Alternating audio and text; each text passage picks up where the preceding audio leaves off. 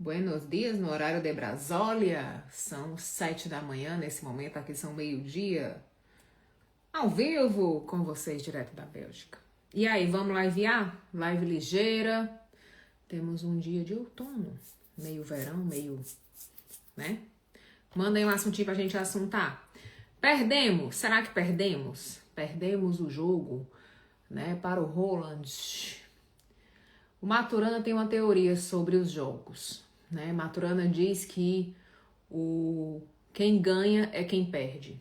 Ele diz que quem perde é a pessoa, quando se perde um jogo, o perdedor é o mais louvável dessa cerimônia, porque ele deu a oportunidade ao outro de viver algo extraordinário, de viver um lugar. Aquele que perde renuncia a um lugar, abre portas, abre caminhos, né?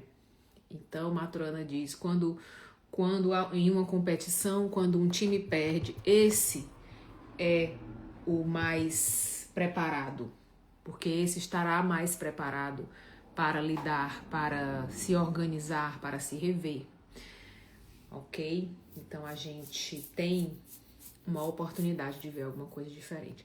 Mexi no vespeiro das Constelas, né, essa semana, porque fui falar da série uma linda mulher, como é? Não sei o que mulher. Gente, é o seguinte, vamos colocar uma coisa no lugar. A internet é um ambiente de ódio, tá certo? O engajamento, ele é retroalimentado pelo ódio, beleza? Então, nós estamos numa rede de ódio. No mesmo dia, eu produzi 3 vídeos. Eu produzi um vídeo falando sobre a esperança e produzi um vídeo fazendo uma crítica sobre uma determinada série. Adivinha o que engajou? Adivinha o que teve reações? Repito, a internet é uma rede de ódio. Quanto mais ódio você gerar no outro, mais engajamento você terá, mais mídia você terá. Essa é a regra. Tá? Por quê? Porque existe um sentimento chamado vingança. E a vingança é o nosso maior orgasmo, né? O orgasmo dos adultos é a vingança. Então, quando eu tenho a oportunidade de jogar esse ódio que eu tenho guardado de uma vingança anterior em alguém, a internet dá muito essa oportunidade. A internet dá muita oportunidade de eu botar para fora as minhas raivas e frustrações protegidas por uma tela. Sabe? Eu não vou conviver, a pessoa não vai conviver comigo, eu tô do outro lado do mundo. Se eu for uma celebridade, ela vai responder um processo e etc. Então traz muito essa oportunidade. A internet é um jogo de estômago, não é um jogo de intelecto, é um jogo de estômago. Por quê? Porque quanto mais você tiver estômago para lidar com os haters, mais você cresce. Mais você está pronto, né, para se desenvolver, para avançar e etc. Quanto menos estômago você tiver, vá procurar um emprego, né? Vá trabalhar em outra coisa. Porque a internet é para quem tem estômago, beleza? E aí ontem falei da série lá da mulher, que eu não sei o nome.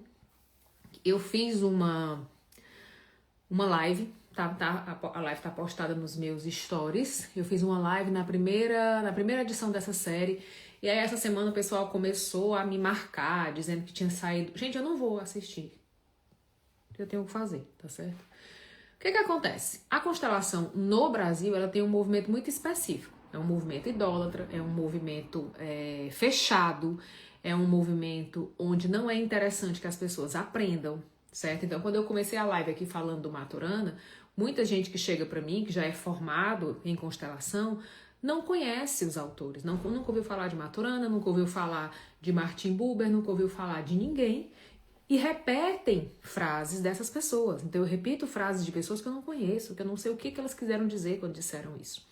O movimento da constelação no Brasil, ele tem esse interesse de manter as pessoas com pouco conhecimento. Porque quanto menos conhecimento você tiver, mais você vai comprar mais produtos.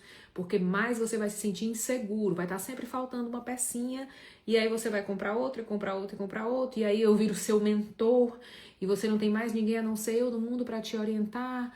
Então isso retroalimenta o marketing, tá? Leiliane, mas você vende curso? Vendo. Só que as minhas alunas vão embora. Elas aprendem e vão embora, porque eu trabalho com educação, eu trabalho com aprendizagem, eu sou mestre em educação. Eu não trabalho com máfia, tá? Eu trabalho com educação.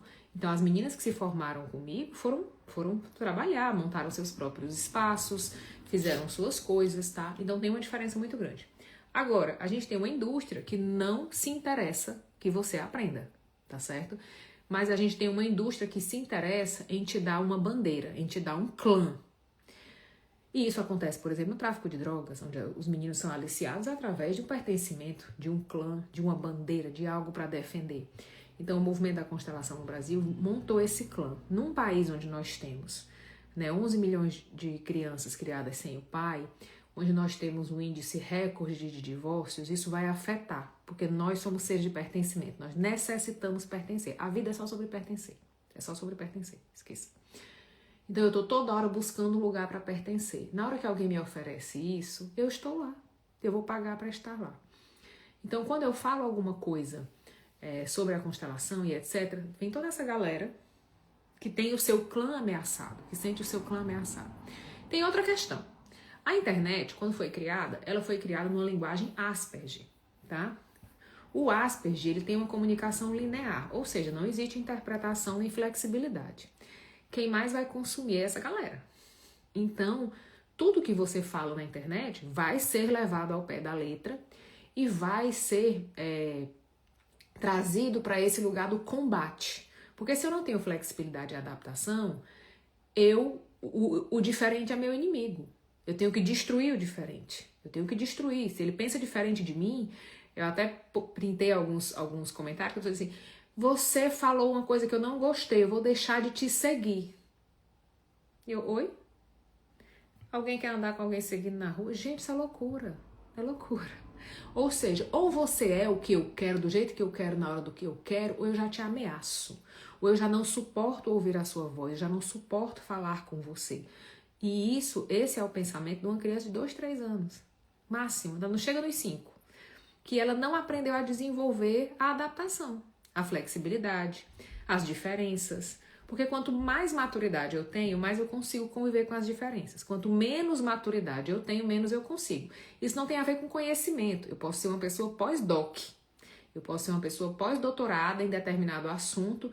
Se eu não tiver desenvolvido a minha maturidade emocional, eu não vou servir para nada. Eu não vou conseguir conviver com pessoas. Eu só vou conseguir conviver com os livros, porque eles não me respondem, né? Eles não me contestam. Eles me dão o que eu quero e se eu não gostar, eu jogo fora, tá? A gente vai precisar ver esses detalhes. Você pode conhecer alguém que é um gênio, que é uma pessoa maravilhosa. Você diz, cara, é um gênio, mas não se dá com ninguém. Arruma confusão em todo trabalho que vai, arruma uma confusão. Meu Deus, é muito difícil de lidar. Por quê? Porque essa pessoa não tem flexibilidade, ela não desenvolveu a maturidade, tá certo? Quantas famílias se partiram na briga da política? Quantos amigos deixaram de se falar pela briga da política? Foi falta de amor? Não, foi falta de maturidade. Foi falta de maturidade. Quando eu tenho maturidade, quando eu aprendo a lidar com a diferença do outro, a gente senta na mesa e a sua diferença, ela não me ameaça, ela me ensina. Nada mais perigoso do que você estar com pessoas iguais a você. Se você quer cair, esteja com pessoas iguais a você. Esteja com pessoas que dizem o que você quer ouvir, que pensam exatamente do jeito que você pensa, que falam exatamente do jeito que você fala. Você vai descer a ladeira, porque você não vai ter oportunidade de se desenvolver, de aprender estratégias, de entender o que o outro diz, de se adaptar. Você vai cair. Isso é princípio de liderança. Você quer ter uma equipe medíocre, contrate pessoas que pensam do jeito que você pensa. E você vai ter que carregar isso nas costas o resto da vida, porque não tem ninguém para pensar, só tem você. Eles só vão repetir o seu pensamento. Né? É o modelo de gestão do Silvio Santos. Só eu que sou bom, o resto tem que estar abaixo de mim. Aí o cara morre, tem que botar a filha, porque não tem ninguém que possa pensar nesse lugar. Todo mundo só pode replicar o que eu quero na hora que eu quero, do jeito que eu quero. Enquanto que a Globo tem outra gestão, né? Ela contrata sucesso. Você faz sucesso, eu te contrato. E aí, se você manter o sucesso, você fica. Se você não manter, você sai. Então, percebe que a gente vai observando essas coisas? E aí, esses posts lá da série, muita gente fala, você não assistiu, eu não concordo com a sua opinião. E não sei o que. Não pedi pra ninguém concordar, não. Em que momento eu pedi? E aí tem uma coisa que vocês vão ver nos comentários, que chama ouvido do coração. Quando a gente estuda as técnicas de comunicação, esse curso está por aí na minha bio. faça. Se tem uma coisa que vai prestar na sua vida, é você aprender comunicação. Quando eu estudei comunicação, eu sou formada em comunicação, acho que com 23 anos eu me formei, 22, uma coisa assim, faz tempo, faz algum tempo.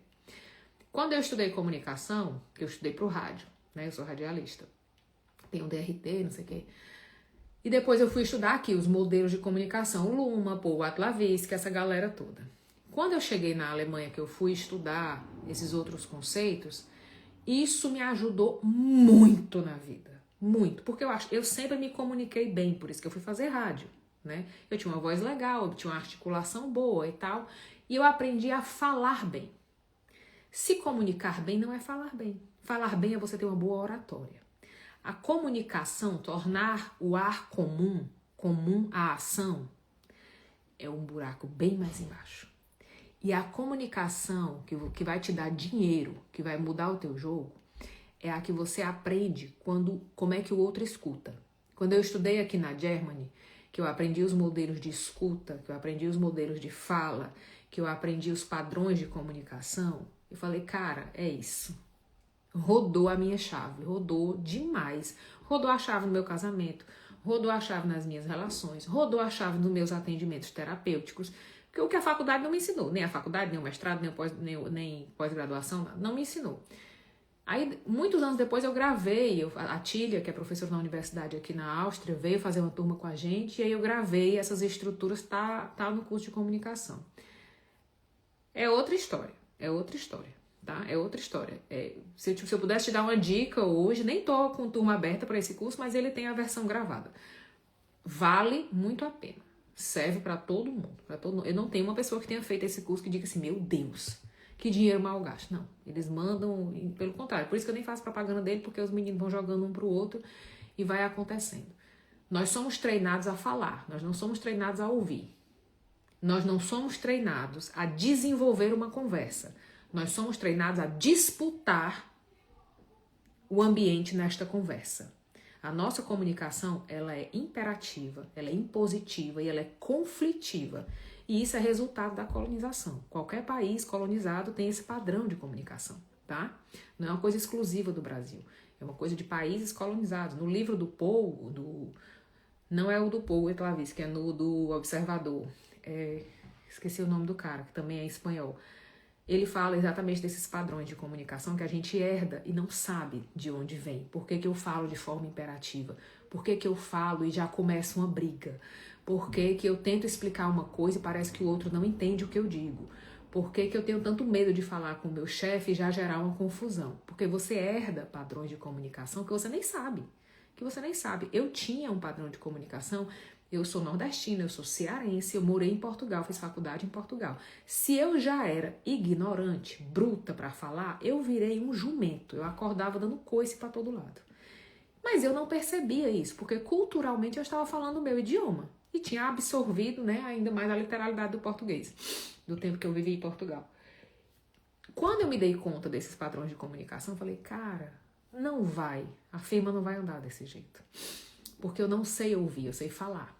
Quando eu fui estudar na Germany, eu aprendi.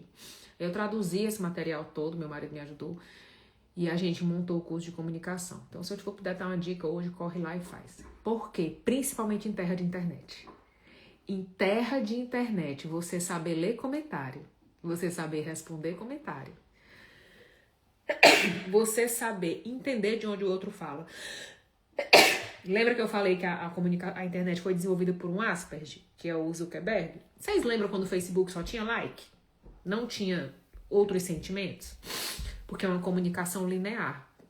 Ou seja, é uma resposta standard, ele tem a mesma resposta para tudo. É aquela pessoa que você fala assim, nossa, mas você parece que tá sempre zangada. Eu não tô zangada! Mas parece, porque ela só tem um modelo de sentimento e padrão de resposta. Então, a internet foi desenvolvida nesse modelo de linguagem. Onde, lembra que a pessoa morria e publicava lá, fulano morreu, aí você tinha que dar like, porque não tinha outro sentimento para você colocar. Então, o que mostra o que? Linearidade da linguagem, rigidez cognitiva, enfim. Então, se essa linguagem foi desenvolvido por um Asperger com esses padrões, adivinha quem vai se identificar com essa comunicação?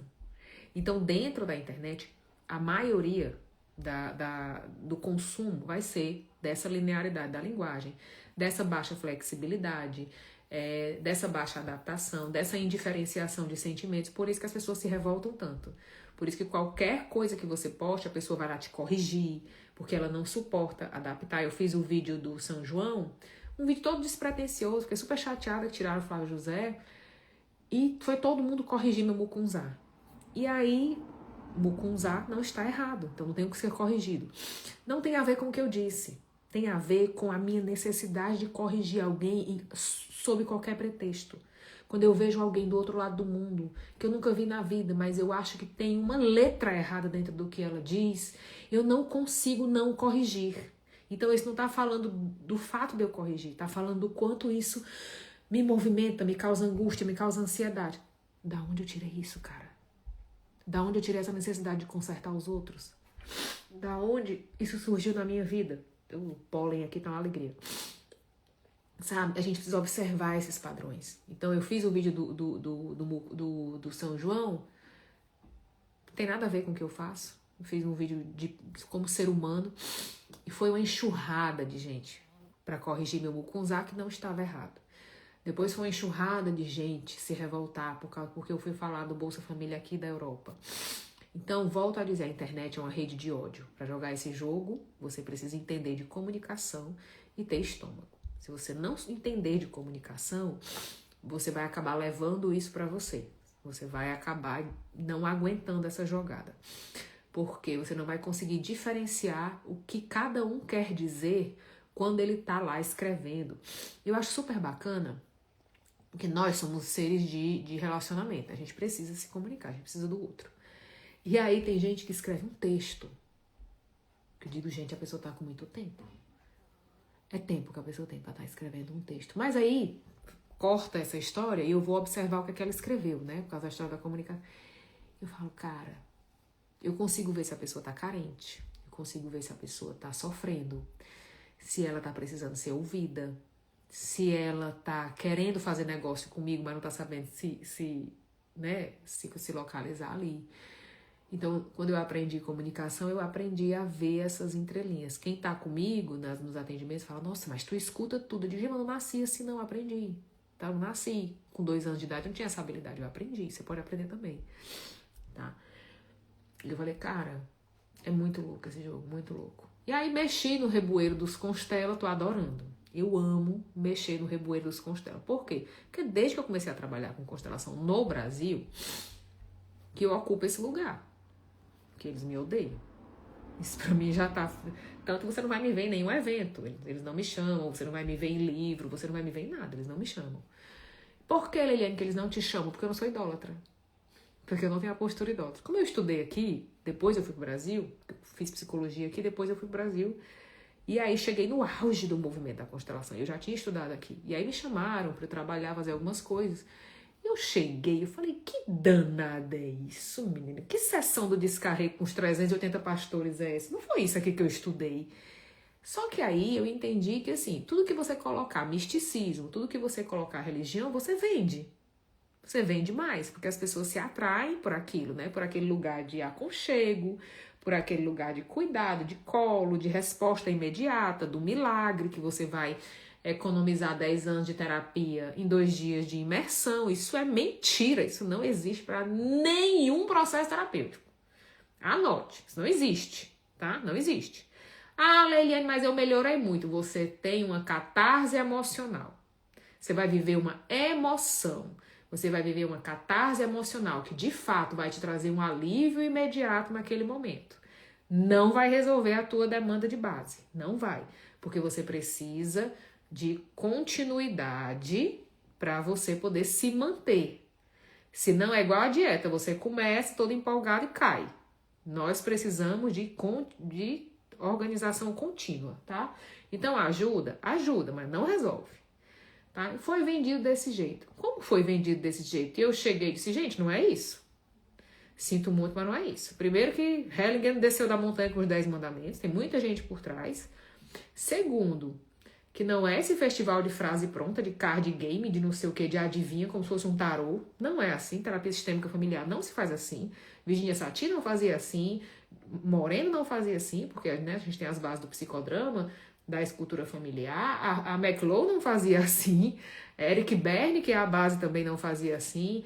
A gente tem a Anne Selin com a transgeneracionalidade, com a árvore da... Gente, não é... Tá tudo muito torto. Ai, porque você precisa tomar o seu pai. Aí lembra que a resposta da dor é a raiva. O que é que acontece? Quando eu mexo em algo em você que dói, você vai tentar me ferir. E aí você vai buscar algum ponto na minha vida para me ferir. Eu perdi o meu pai aos 12 anos. Então, quando eu falava alguma coisa, eu dizia, é porque você não tem pai. Isso é falta que você tem do seu pai. Você rejeita o Helling porque você não tem pai. E eu... Entendi. Como eu já sei amar, já tenho a manha da escuta, né? Eu, tá. Entendi que eu bati na sua dor. E aí eu fui caindo fora. Eu digo, eu vou fazer o meu, continuo fazendo o meu até hoje, faço trabalho de formação, faço evento presencial, internacional, faço tudo. Mas eu trabalho no meu porque eu não vendi a alma. Eu percebi que se eu vendesse a alma para aquele esquema, para entrar no game, financeiramente era muito viável. Eu não preciso, gente. Eu tenho uma vida muito tranquila, graças a Deus, muito estável. Tá? Então, assim, trabalho porque eu gosto de estudar. Tenho mania de estudar. Já estou no 2º mestrado. Eu gosto de estudar. Eu gosto de dar aula. Dou aula porque eu gosto. Sou professora. Então, mestre em educação. Gosto de ensinar. Gosto de ver o outro crescer. Sabe? Gosto de estar com pessoas. Mas não vendo a minha alma por dinheiro. Então, essa é a diferença do meu trabalho com constelações. É que eu não entrei pro bolo. Não vendi a alma para entrar pro bolo porque dá dinheiro. Faço aquilo que está dentro da ética. Quem teve no Hablemos comigo, lá na época da pandemia, a gente ficou todo mundo confinado, eu morava no Chile. Eu criei um grupo de estudo chamado Hablemos. No Hablemos eu traduzia os livros em espanhol para as pessoas. De graça no YouTube. No YouTube deve ter. No meu YouTube deve ter alguma coisa do tempo do Hablemos. Eu traduzi Lealdades Invisíveis, eu traduzi os livros da Virginia Satir, eu traduzi todos eles. Um dos documentos que eu traduzi foi o Código de Ética da Terapia Sistêmica Familiar da Universidade do Chile. Dá um Google aí que você acha na internet. E aí, nesse código de ética, né, que tem os pressupostos para você trabalhar com grupos terapêuticos de um modo geral, a gente traduziu e ele tem lá 10 coisas que estão extremamente proibidas. Parece que é um bingo da constelação do Brasil. Tudo que é proibido eu vou estar fazendo. Né? E eu trouxe para as meninas. Olha, gente, não são vozes da minha cabeça, tá? Eu trouxe um documento da universidade para as meninas. Traduzir também, quem trabalha com grupo, eu acho que no meu Linktree ainda tá com o preço anterior. Tá com o da Virginia Satir, o manual de como atender com grupos. Por quê? Porque a gente aprende a trabalhar com grupo, só que a gente leva a nossa experiência de festa de aniversário. É lembrancinha, é café, comida, nananana. A única terapeuta sistêmica familiar que se ocupou em ensinar o que é um grupo terapêutico foi a Virginia Satir. A única, de todos os que eu estudei. A única. A Virginia Satir sentou a bunda na cadeira e disse, é assim. E ela deixou os guias de como fazer, por onde começar, quem é você quando você monta um grupo, qual é a sua tarefa quando você está lá, como é que começa, como é que termina. Deixou alguns exercícios prontos, inclusive, para você fazer umas primeiras dinâmicas, que às vezes a pessoa me pergunta, Leila, vou fazer um grupo, vou começar por onde? E aí a gente gravou, eu traduzi todo esse material, a gente criou um e-book, antes da inteligência artificial existir, tá? Não é é um e-book de gente. Eu traduzi todo esse material. A gente fez o e-book com os exercícios, com as ilustrações. Eu acho que tá no meu Linktree. Eu sou péssima para fazer o marketing, para vender. Não me ligue. Eu não sei fazer essas coisas. Tem uma pessoa que trabalha comigo que faz isso. Eu sou professora, eu gosto de dar aula. Tá aqui meus livros, tá aqui meu computador, vou montar minha aula, vou dar aula. Eu gosto de ensinar. Eu tô falando aqui porque eu tô lembrando. Porque vale muito a pena, faz muita diferença. Eu tive uma aluna que ela fez o primeiro grupo terapêutico dela, ela fez para muita gente e teve prejuízo. No segundo grupo, ela fez para metade do público e teve lucro. Por quê? Porque ela entendeu como é que funcionava o jogo. O primeiro ela disse, Leiliane, quando eu vi o material, eu falei, cara, eu fiz uma festa de aniversário. Acabou. Fiz uma festinha com lembrancinha, com... A minha preocupação era alimentar as pessoas e dar uma lembrancinha. Acabou, esquece. Esquece, morreu aí. Daí pra frente foi só pra trás. Comprei uma roupa nova, eu tava linda, maravilhosa, tá? Você não é a Xuxa, meu amor, né? E, inclusive, vou dar um segredo pra vocês. Anota. A partir de agora é aula, tá? Anota que a partir de agora é aula. Eu fui para um evento presencial de desenvolvimento humano. Vou explicar pra você tudo que você não vai fazer num curso de desenvolvimento humano. Ficou clear? Ficou clear. Pronto, fui para um evento, quando eu cheguei eu digo pronto, festa de aniversário, balãozinho, festinha, cabelinho, roupinha, eu digo Barbie chegou, as paquitas já chegaram, né? Vou te explicar tudo que você não vai fazer. Primeiro, você não é uma estrela, você é um facilitador. Você tá ali para agregar o grupo, para cuidar do grupo, não é pro grupo bater foto com você, tá? A primeira acordada é essa. Segundo, certifique-se se as pessoas estão confortáveis e lhe ouvindo bem. Terceiro, nunca destrua aquilo que você vendeu. Leiliane, mas isso é óbvio? Não é óbvio. Eu fui para um grupo, estou contando a minha experiência, estou trazendo aqui aula. Anota o que você não vai fazer quando você fizer um grupo. Aí eu tinha que pintar um negócio, um quadro. Aí a menina dizia, a gente não tem muito tempo, mas vamos fazer a pintura. Se a gente não tem muito tempo, é porque você não geriu o tempo certo, porque eu cheguei na hora certa. E esse quadro ele tem um tecido meio difícil, mas vai dar certo. Ninguém percebeu que o tecido era difícil, só você. Mas agora todo mundo vai olhar para ele como difícil. Porque esse pincel também não é bom. Eu digo, gente, ela foi contratada para destruir o próprio evento? Como é? Não tô entendendo. E aí, né, para piorar, ela começou a falar de um livro. Porque eu li um livro muito hypado. Eu digo, tá ótimo. Você leu, cada um com seus problemas. E aí o autor diz isso, o autor diz aquilo, o autor diz aquilo, o autor diz aquilo. Terminou. O que é que você quer fazer? Comprar o livro. Você não quer. Você nem lembra mais o nome dela, nem lembra mais o nome do evento. Você não quer mais estar no evento com ela, porque, né, um evento autodestrutivo. Você quer comprar o livro. Então, ou você tem base, ou você é um repetidor de livros, você está sendo vendedor de livro dos outros. Mas você não está fomentando nada. Nada. O que você vale é a sua experiência em relação ao seu conhecimento. Eu vou ler livros todos os dias. Estou aqui com a pilha porque eu estou preparando aula, hoje eu vou gravar a aula. Porém, entretanto, todavia, você não me paga para ler um livro no seco. Você me paga para utilizar esse conhecimento com a minha experiência, para que você não tenha que viver 40 anos para adquirir isso, e costurar naquilo que vai ser útil para você, na sua vida. Porque para a minha vida ele já foi. Agora, para a sua, eu preciso entregar algo que é útil para a sua vida. Eu não saio da minha casa para escutar a vida de ninguém. Então, você montar um evento e você ficar contando da sua vida, do quanto aquilo impactou a sua vida, do quanto aquilo mudou a sua vida, não muda em nada a minha vida. Eu quero saber onde é que isso mexe na minha vida.